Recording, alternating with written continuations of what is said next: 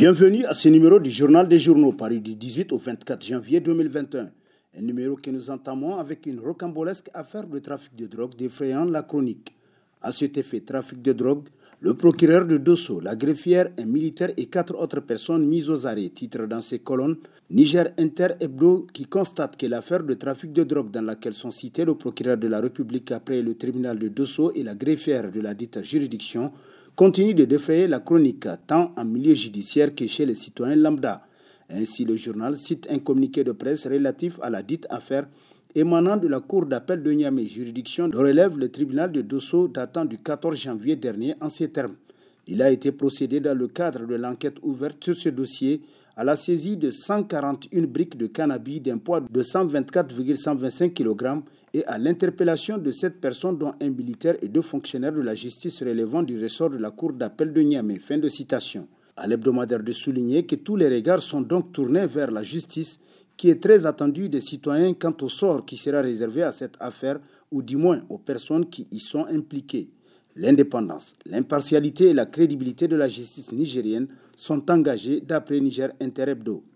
Fermeture de la Cominac, report, l'octroi des primes refait surface, titre dans sa rubrique Société, l'hebdomadaire L'Actualité, qui nous apprend qu'aux dernières nouvelles, la direction générale de la Cominac a accepté de prolonger d'1 an le délai de la fermeture de cette compagnie. Mais la coordination de la société civile d'Arlit entend remettre les cartes sur table au sujet du renvoi sans prime de 800 travailleurs qu'elle estime illégal et illégitime dans un partenariat démocratique et sincère.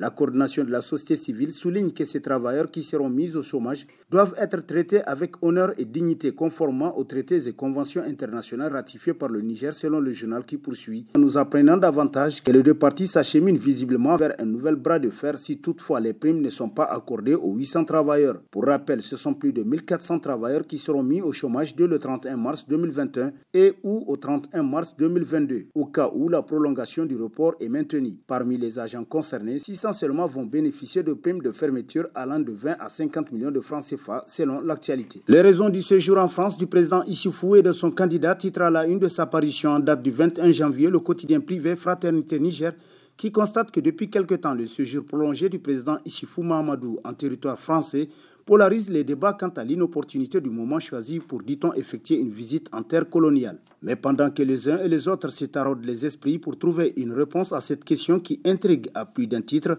le timonier du Gouri System a contre toute attente fait appel à son candidat Mohamed Bazoum, qu'il a tout simplement rejoint chez Macron. Il est aujourd'hui un secret de polichinelle que parmi nos chefs d'État africains vassaux de la France libre, Issoufou Mahamadou fait mine de meilleur élève pour son dévouement et son engagement à servir loyalement ses intérêts au-delà de tout, selon le journal pour qui une posture de félon qui a toujours fait de lui cet enfant chéri de cette France qu'il sert avec fidélité et honneur. Mais dans cette vassalité couronnée de grands succès au profit du maître, Issoufou a tout réussi, sauf la désignation de son dauphin, car en désignant Bazoum comme successeur, il avait promis à la France de le faire passer dès le premier tour d'après le quotidien qui poursuit.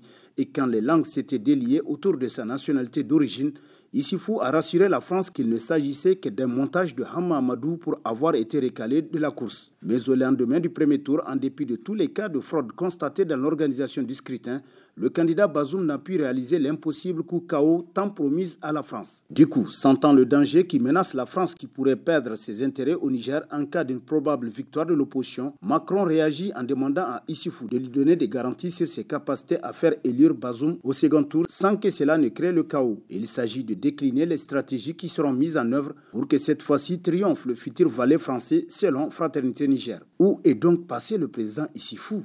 S'interroge dans ses colonnes l'hebdomadaire Le Courrier qui nous apprend que le Niger a été déclaré mauvais payeur de sa contribution aux Nations Unies et donc rangé parmi les pays qui n'ont plus droit de vote dans les instances onusiennes. Selon RFI, utilisé pour propager le bruit, il s'agit juste d'un retard de paiement dû à la gestion préoccupante du Covid.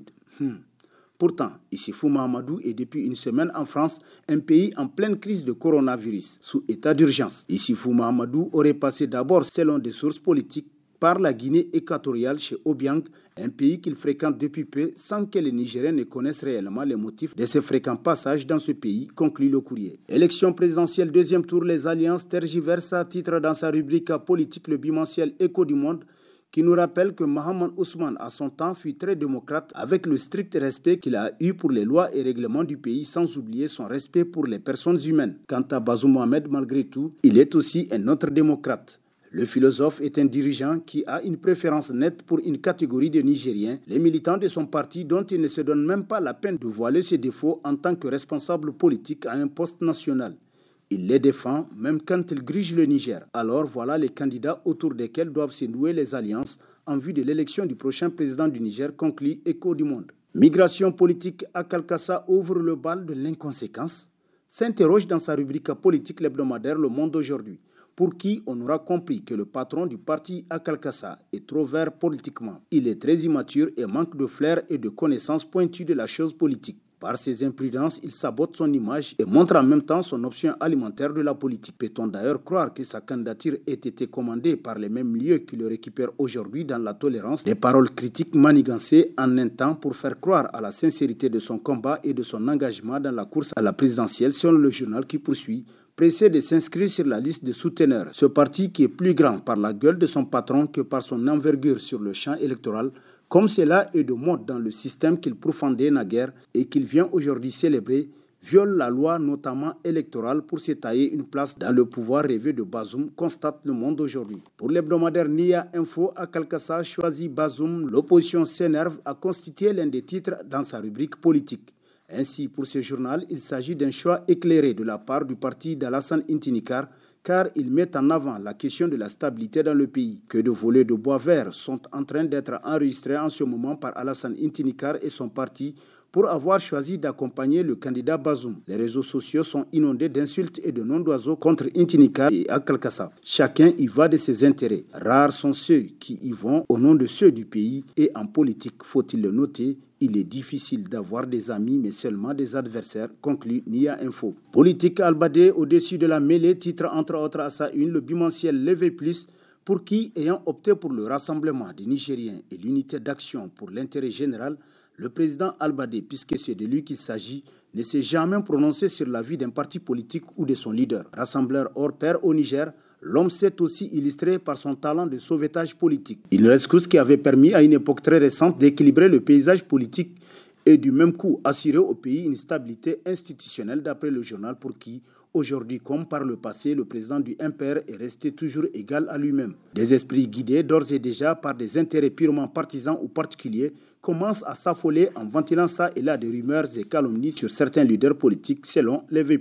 Pendestarea, certains fonctionnaires commencent à s'inquiéter, titre dans sa rubrique Nation, l'hebdomadaire satirique Le Canard en furie, qui nous apprend que selon des sources concordantes, certains grands commerçants et hauts fonctionnaires de l'État militants au sein du Parti Rose commencent à s'inquiéter du sort qui sera réservé au Pendestarea au soir du 21 février 2021. Ces mêmes sources indiquent qu'au niveau de certains ministères, les directions des ressources financières et matérielles d'RFM, on commence déjà à appeler certains responsables et magasiniers pour faire l'inventaire des biens. En ce qui concerne les hommes d'affaires, il semblerait qu'ils cherchent à délocaliser leurs biens afin de les mettre à l'abri d'une éventuelle reddition de comptes. Ils ne savent pas à quel sein se vouer, surtout pour ceux qui ont été épinglés dans divers dossiers de malversation financière et autres fraudes, notamment celui du ministère de la Défense, dont la nature pourrait donner lieu à des poursuites judiciaires pour haute trahison en temps de guerre, conclut Le Canard en furie. Gouvernance, injustice sociale, les otages oubliés de la Renaissance, titre à sa une l'hebdomadaire Le Nouveau Républicain, pour qui voilà 10 ans que les Nigériens ont fini par découvrir le visage hideux de ce que les socialistes pouvaient être au pouvoir, alors que, en des moments de propagande où ils s'évertuaient à montrer qu'ils seraient les meilleurs, on l'avait cru qu'avec eux, le Niger devrait connaître une gouvernance différente, meilleure, faite de liberté et de justice, de fraternité politique et de tolérance. Le Niger aujourd'hui, par la gestion insouciante des socialistes, porte de nombreuses blessures qui ont profondément porté un coup à la cohésion sociale, à la confiance que les enfants du pays avaient en d'autres temps plus heureux, les uns pour les autres, selon l'hebdomadaire pour qui, par leur gouvernance vengeresse, ils avaient détruit les valeurs, réveillé des réflexes identitaires par des discours mal élaborés, par des actes maladroits posés qui en disent long sur la malveillance de leurs intentions. Sur des accusations infondées, ils ont arrêté, mis en prison d'honnêtes citoyens pour des paroles désobligeantes, souvent pour des insultes. Ils ont arrêté, déporté et jeté des hommes en prison, souvent sans être capables de leur tenir des procès équitables, gardés indéfiniment en prison pour le plaisir des princes rancuniers qui croient ainsi avoir eu leur revanche sur des adversaires ne pouvant comprendre qu'en se rabaissant à certains niveaux, les gouvernants ne s'honorent pas et ne se rendent pas service d'après le nouveau républicain qui conclut. En tout cas, le candidat en lice qui porte les couleurs du socialisme tropical au nom d'une continuité qui effraie le pays dans son ensemble n'a jamais caché son intention. Mounassa Soukassou peut-il dire sans embâche et publiquement. Akan Laya titre pour son éditorial l'hebdomadaire L'éclosion, pour qui c'est le terme terrifiant qui perturbe le sommet de nos dirigeants. Il désigne cette espèce de serment surnaturel que l'on prête généralement en cas d'absence de preuves dans un conflit pour connaître le coupable. Si le serment coranique avait pour objectif de perturber le déroulement du scrutin ou s'il favorisait la fraude électorale, l'on comprendrait mieux l'appréhension du pouvoir et donc du procureur de Zender.